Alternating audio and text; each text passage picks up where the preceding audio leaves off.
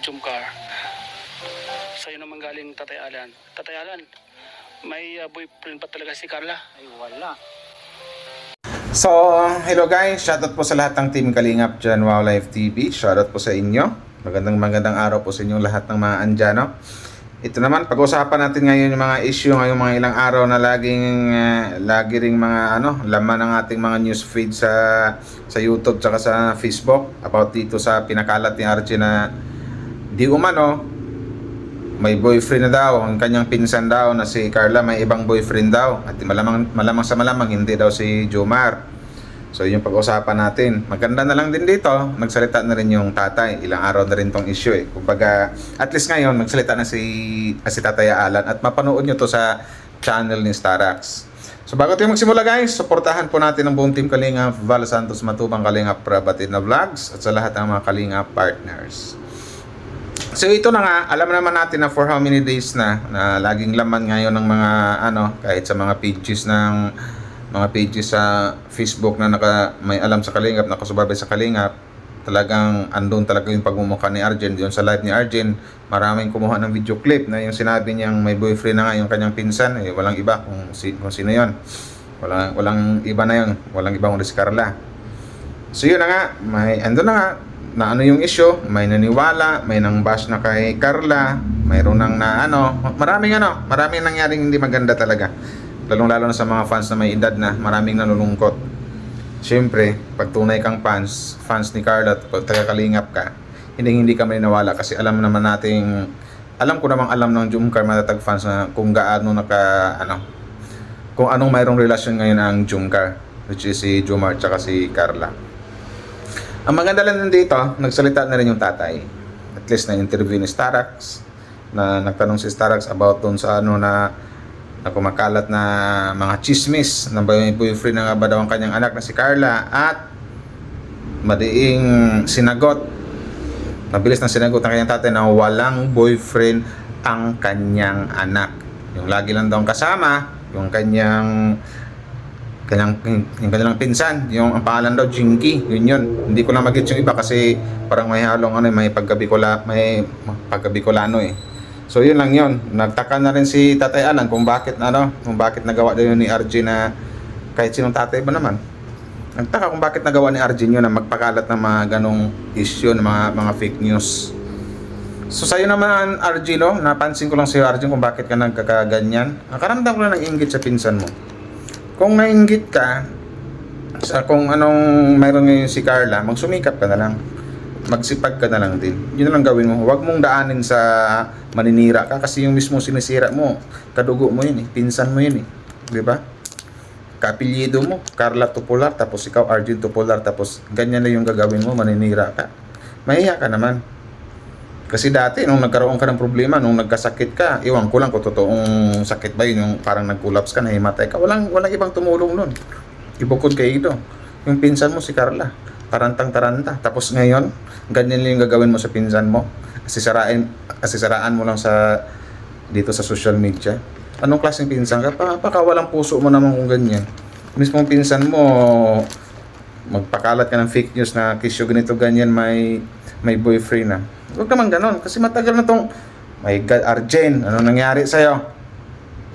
Anti-Kalingap talaga, anti-Jumcar ka, my God. Baka may gusto ka dito sa sa kalab din ng pinsan mo, ha?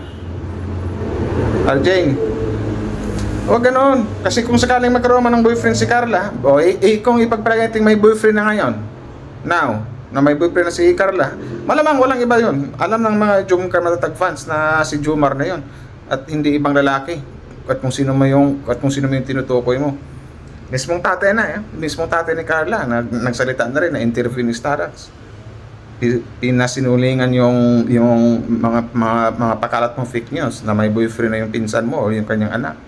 Walang boyfriend daw kanyang anak. Ang laging kasama yung si Jinky, yung pinsan niyo. Matanong ko lang Arjen, bakit mo nagawa yon? Anong mayroon? Ano bang parang ang laki ng galit mo dito kay Carla or ang laki ng inggit mo? Magpakatino ka na lang kasi, yun na lang gawin mo, magpakabait ka, magsumikap ka na lang, mag-aral ka na lang mabuti. Tapos magpakita ka ng magandang ugali dito sa social media. Kumbaga, kung baga tawag nito, mag-support ka lang sa pinsan mo. Kasi unang-una, isipin mo ito, meron kang YouTube channel. Kung nakitaan ng mga Jomcar fans na nakasupport ka sa pinsan mo, malamang sa malamang 100% itong nakasupport sa Jomcar o dito kay Carla, susuportahan ka rin yan. Di ba? Huwag kang masyadong anti-kalingap. Yun lang yun. Kasi ang isipin mo dito, walang ibang nagpakilala sa'yo, kaya tumunog yung pangalan mo. Ang dahil lang din sa Kalingap, kasi dati kang beneficiary ni Kalingap Ido. Di ba? Pero umalis ka sa Kalingap, kasi kisyo ganito, ganyan. Ang dami mong chichiburichi. Huwag mong sabihin sa amin na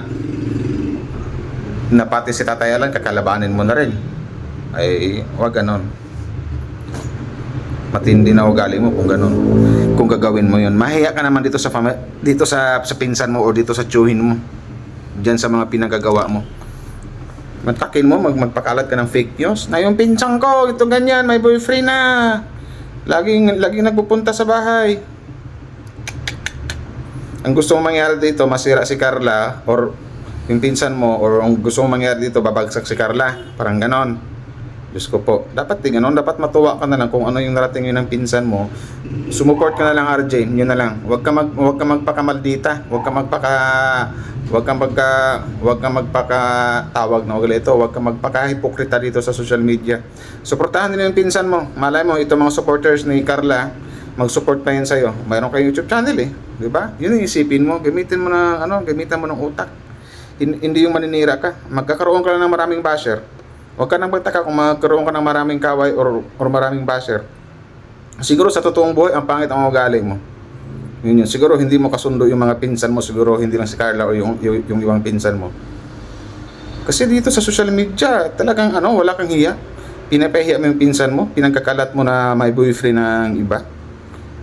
Sko po, hindi ka ba nahiya kay Carla? Huwag ka nun. Magpakatino ka. Alam ko naman matino ka Maldita ka nga lang. Pero ngayon nawala na yung pagkamatino mo. Ay, Arjing. Tumigil ka na lang sa YouTube siguro, Arjing. Mag-focus ka lang sa pag-aaral mo. Huwag ka na mag-YouTube na lang. Wala namang kwenta yung pag-YouTube mo kung ikaw naninira ka lang